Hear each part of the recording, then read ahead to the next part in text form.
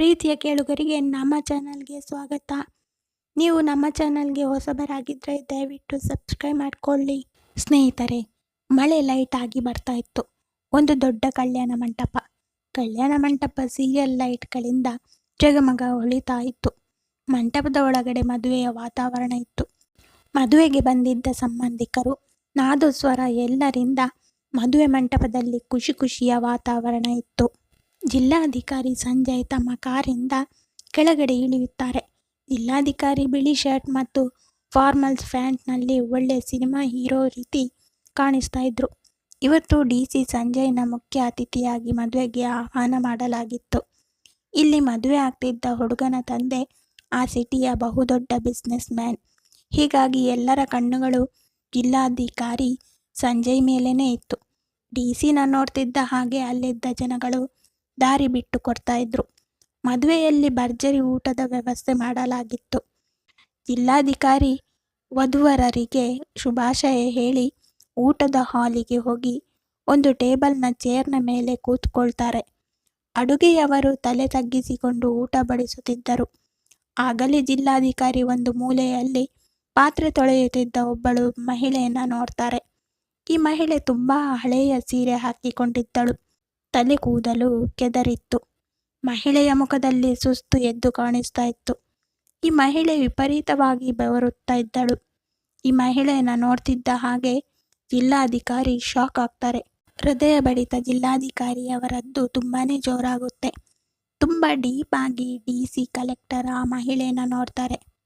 ಈ ಮಹಿಳೆ ಡಿಸಿ ಸಂಜಯ್ನ ಸ್ವಂತ ಧರ್ಮಪತ್ನಿ. ಒಂದು ಕ್ಷಣ ಆಕಾಶವೇ ಕೆಳಗೆ ಬಿದ್ದು ಹೋದಂತೆ ಆಗುತ್ತೆ. ಎಲ್ಲರ ಖುಷಿ ಒಂದೇ ಕ್ಷಣದಲ್ಲಿ ಮಾಯವಾಗಿ ಬಿಟ್ಟಿತ್ತು. ಡಿಸಿ ಊಟದ ಚೇರ್ನಿಂದ ಮೇಲಕ್ಕೆ ಎದ್ದೇಳಲು ಪ್ರಯತ್ನ ಮಾಡ್ತಾರೆ.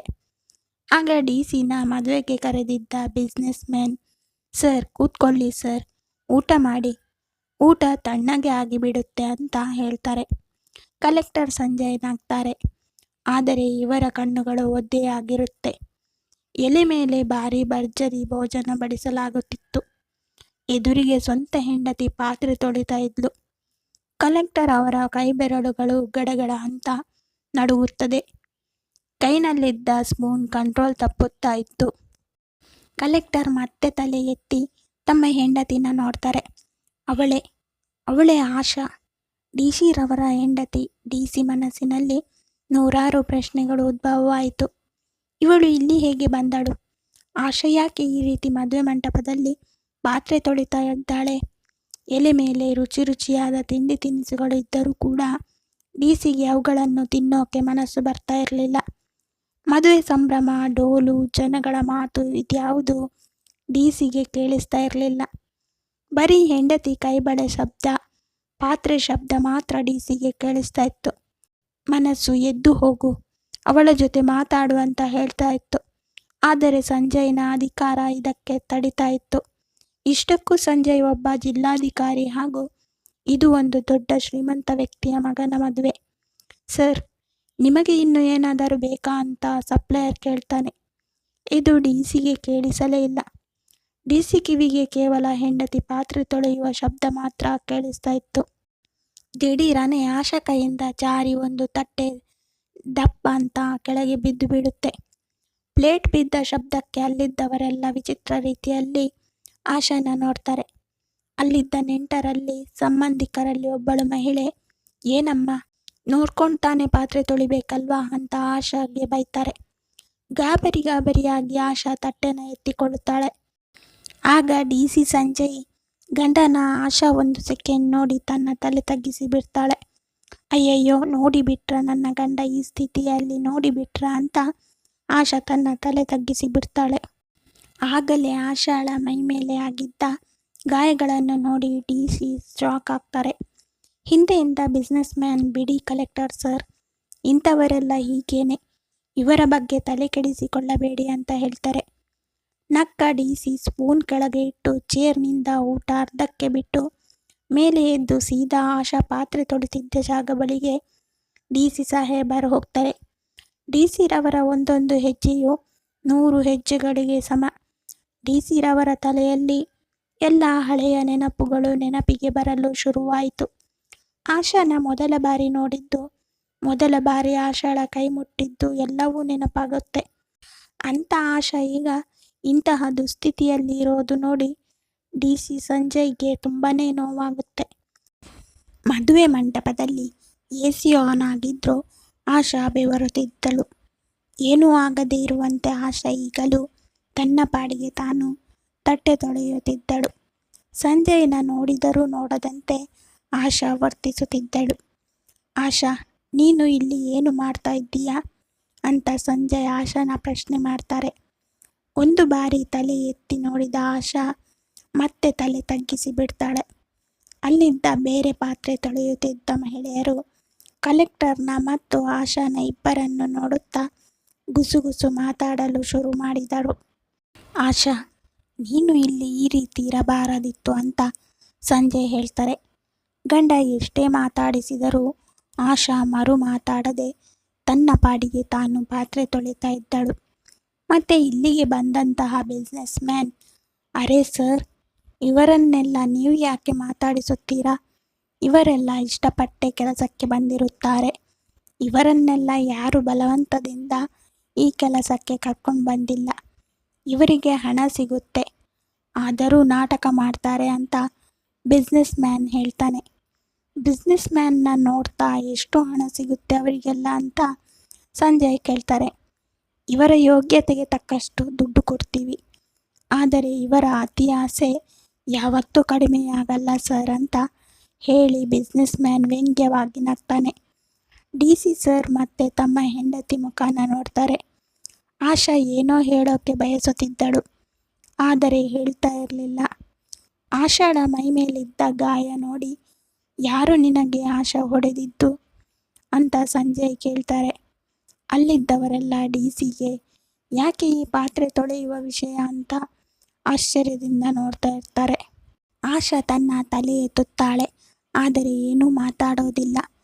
ಆಮೇಲೆ ಮದುವೆ ಮಂಟಪದಲ್ಲಿ ಉದ್ವಿಗ್ನದ ವಾತಾವರಣ ಸೃಷ್ಟಿಯಾಯಿತು.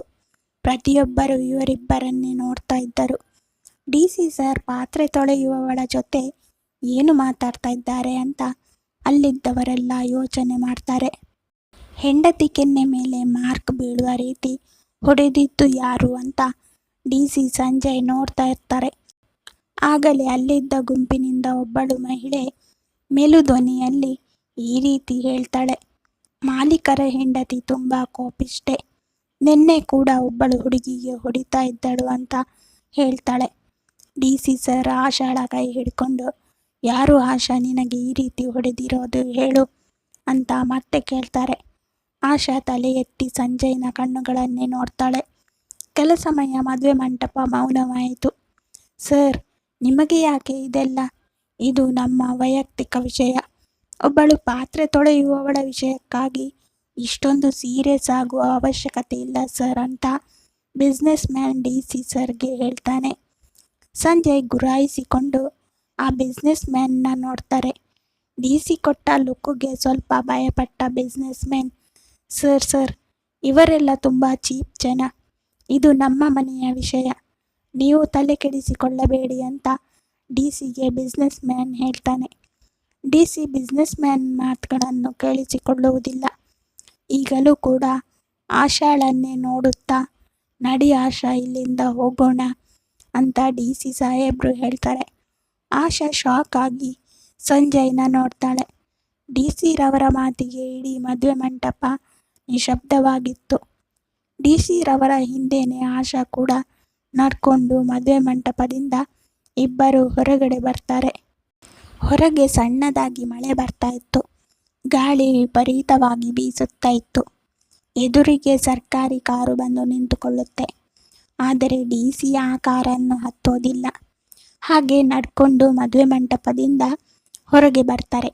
ಮದುವೆ ಮಂಟಪದಲ್ಲಿ ಇದ್ದವರೆಲ್ಲ ಒಂದು ಕ್ಷಣ ಶಾಕ್ ಆಗ್ತಾರೆ. ಈ ಡಿ.ಸಿ. ಯಾಕೆ ಪಾತ್ರೆ ತೊಳಿತಿದ್ದ ಹೆಂಗಸನ್ನು ತಮ್ಮ ಜೊತೆ ಕರ್ಕೊಂಡು ಹೋಗ್ತಿದ್ದಾರೆ ಅಂತ ಎಲ್ಲರೂ ಮಾತಾಡಿಕೊಳ್ತಾರೆ. ಡಿ.ಸಿ.ಇಂದಾನೇ ಓಡಿ ಬಂದ ಬಿಸ್ನೆಸ್ ಮ್ಯಾನ್, ಸರ್, ಈ ವಿಷಯ ದೊಡ್ಡದು ಮಾಡಬೇಡಿ. ಈಕೆ ನಮ್ಮ ಮನೆ ಕೆಲಸದವಳು. ಇವಳು ನಿಮ್ಮ ಮನೆ ಕೆಲಸದವಳಲ್ಲ. ನೀವು ಇವಳನ್ನು ಈ ರೀತಿ ಕರ್ಕೊಂಡು ಹೋಗೋ ಹಾಗಿಲ್ಲ ಅಂತ ಬಿಸ್ನೆಸ್ ಮ್ಯಾನ್ ಹೇಳ್ತಾನೆ. ಡಿ.ಸಿ ಮತ್ತೆ ಬಿಸ್ನೆಸ್ ಮ್ಯಾನ್ನ ಗುರಾಯಿಸುತ್ತಾ, ನಿನಗೆ ಹೇಗೆ ಗೊತ್ತು ಇವಳು ನನ್ನವಳು ಅಲ್ಲ ಅಂತ ಕೇಳ್ತಾನೆ. ಈ ಪ್ರಶ್ನೆಗೆ ಉತ್ತರ ಎಲ್ಲಿ ಸಿಗುತ್ತೆ ಅಂತ ಬಿಸ್ನೆಸ್ ಮ್ಯಾನ್ ಆ ಕಡೆ ಈ ಕಡೆ ನೋಡ್ತಾನೆ. ಜನಗಳು ಅಲ್ಲಿ ಮುಂದೆ ಏನಾಗುತ್ತೆ ಅಂತ ಗುಂಪು ಕಟ್ಟಿಕೊಂಡು ನೋಡ್ತಾ ಇದ್ರು. ಅಲ್ಲಿದ್ದವರೆಲ್ಲರ ಮುಖದಲ್ಲಿ ಆಶ್ಚರ್ಯ. ಆಗ ಆಶಾ ಬಿಸ್ನೆಸ್ ಮ್ಯಾನ್ನ ನೋಡ್ತಾಳೆ. ಮತ್ತೆ ಆಶಾ, ನಿನಗೆ ಹೊಡೆದಿದ್ದು ಯಾರು ಹೇಳು ಅಂತ ಡಿ.ಸಿ ಕೇಳ್ತಾರೆ. ಮದುವೆಯ ಖುಷಿ ವಾತಾವರಣ ಈಗ ದುಃಖದ ವಾತಾವರಣವಾಗಿ ಬದಲಾಗಿತ್ತು. ಅಲ್ಲೇ ನಿಂತಿದ್ದ ಬಿಸ್ನೆಸ್ ಮ್ಯಾನ್ನ ಯಾರು ಈಕೆಗೆ ಹೊಡೆದಿದ್ದು ಅಂತ ಡಿ.ಸಿ ಪ್ರಶ್ನೆ ಮಾಡ್ತಾರೆ. ಸರ್, ಇವಳು ನಮ್ಮ ಮನೆ ಕೆಲಸದವಳು. ಆವಾಗ ಮನೆ ಕೆಲಸದವರಿಗೆ ಹೊಡಿಲಿಲ್ಲ ಬೈಲಿಲ್ಲ ಅಂದರೆ ಇವರು ನಮ್ಮ ಮಾತು ಕೇಳೋದಿಲ್ಲ ಅಂತ ಹೇಳಿ ಬಿಸ್ನೆಸ್ ಮ್ಯಾನ್ ನಗಾಡುತ್ತಾನೆ. ಆಶಾ ತನಗೆ ಈ ರೀತಿ ಗಾಯಗಳಾಗುವಂತೆ ಹೊಡೆದಿದ್ದು ಇವನೇ ಅಂತ ಬಿಸ್ನೆಸ್ ಮ್ಯಾನ್ ಕಡೆಗೇನೆ ಕೈ ತೋರಿಸಿ ಹೇಳ್ತಾಳೆ. ಅರೆ, ಇವಳು ಏನು ಹೇಳ್ತಾ ಇದ್ದಾಳೆ? ಇವಳಿಗೆ ನಾನು ಯಾಕೆ ಹೊಡಿಲಿ? ನಾನೇನು ಹುಚ್ಚನ ಅಂತ ಬಿಸ್ನೆಸ್ ಮ್ಯಾನ್ ಬಡಾಯಿಸುತ್ತಾನೆ. ಆಶಾಳ ಕೈ ಈಗಲೂ ಬಿಸ್ನೆಸ್ ಮ್ಯಾನ್ ಕಡೆನೇ ಇತ್ತು. ಆಶಾ ಸತ್ಯ ಹೇಳಲು ಹೆದರಲಿಲ್ಲ. ಆಶಾ ಹೇಳಿದ್ದು ಕೇಳಿ ಡಿ.ಸಿ ಸಂಜಯ್ಗೆ ವಿಪರೀತ ಕೋಪ ಬರುತ್ತೆ. ಆಶಾಳ ಕೈಗಳನ್ನು ಕೆಳಗಡೆ ಇಳಿಸಿ ಬಿಸ್ನೆಸ್ ಮ್ಯಾನ್ ಹತ್ತಿರ ಹೋಗ್ತಾರೆ. ಡಿ.ಸಿ ರವರ ಕೋಪದ ಮುಖ ನೋಡಿ ಬಿಸ್ನೆಸ್ ಮ್ಯಾನ್ ಬೆಚ್ಚಿ ಬೀಳ್ತಾನೆ. ಬಿಸ್ನೆಸ್ ಮ್ಯಾನ್ ಮುಖದಲ್ಲಿ ಇದ್ದಂತಹ ನಗು ಈಗ ಮಾಯವಾಗಿತ್ತು. ಯಾಕ್ರಿ ಹೊಡೆದ್ರಿ ಅಂತ ಡಿ.ಸಿ ಬಿಸ್ನೆಸ್ ಮ್ಯಾನ್ನ ಪ್ರಶ್ನೆ ಮಾಡ್ತಾರೆ. ಅಲ್ಲಿದ್ದವರೆಲ್ಲರ ಗಮನ ಇವರಿಬ್ಬರ ಮೇಲೇನೆ ಇತ್ತು. ಅಯ್ಯೋ ಸರ್, ಇವರೆಲ್ಲರೂ ತುಂಬ ಚಾಲಾಕಿಗಳು. ಸ್ವಲ್ಪ ಸದರ ಕೊಟ್ರೆ ನಮ್ಮ ತಲೆ ಮೇಲೇನೆ ಕೂತ್ಕೊಳ್ತಾರೆ.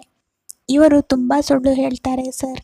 ಅದಕ್ಕೆ ನಿಧಾನವಾಗಿ ಒಂದು ಏಟು ಹೊಡೆದೆ ಅಷ್ಟೇ ಅಂತ ಬಿಸ್ನೆಸ್ ಮ್ಯಾನ್ ಹೇಳ್ತಾನೆ. ಡಿ.ಸಿ ಆಗ ಪಟಾರ್ ಅಂತ ಬಿಸ್ನೆಸ್ ಮ್ಯಾನ್ ಕೆನ್ನೆಗೆ ಒಂದು ಏಟು ಕೊಡ್ತಾರೆ. ಆಮೇಲೆ ಚೆನ್ನಾಗಿ ಬಿಸ್ನೆಸ್ ಮ್ಯಾನ್ಗೆ ಬೈತಾರೆ. ನಂತರ ಪೊಲೀಸರಿಗೆ ಫೋನ್ ಮಾಡಿ ಮದುವೆ ಮಂಟಪಕ್ಕೆ ಕರೆಸುತ್ತಾರೆ. ಪೊಲೀಸರು ಮದುವೆ ಮಂಟಪಕ್ಕೆ ಬರ್ತಾರೆ. ಮಹಿಳೆ ಮೇಲೆ ಹಲ್ಲೆ ಮಾಡಿದ್ದಕ್ಕಾಗಿ ಬಿಸ್ನೆಸ್ ಮ್ಯಾನ್ನ ಪೊಲೀಸರು ಅರೆಸ್ಟ್ ಮಾಡಿ ತಮ್ಮ ಜೊತೆ ಪೊಲೀಸ್ ಸ್ಟೇಷನ್ಗೆ ಕರ್ಕೊಂಡು ಹೋಗ್ತಾರೆ.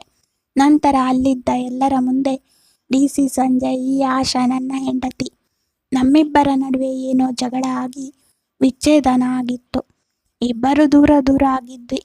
ಆದರೆ ಇನ್ನು ಮುಂದೆ ಇಬ್ಬರು ಸಾಯುವ ತನಕ ಒಟ್ಟಿಗೆ ಇರ್ತೀವಿ.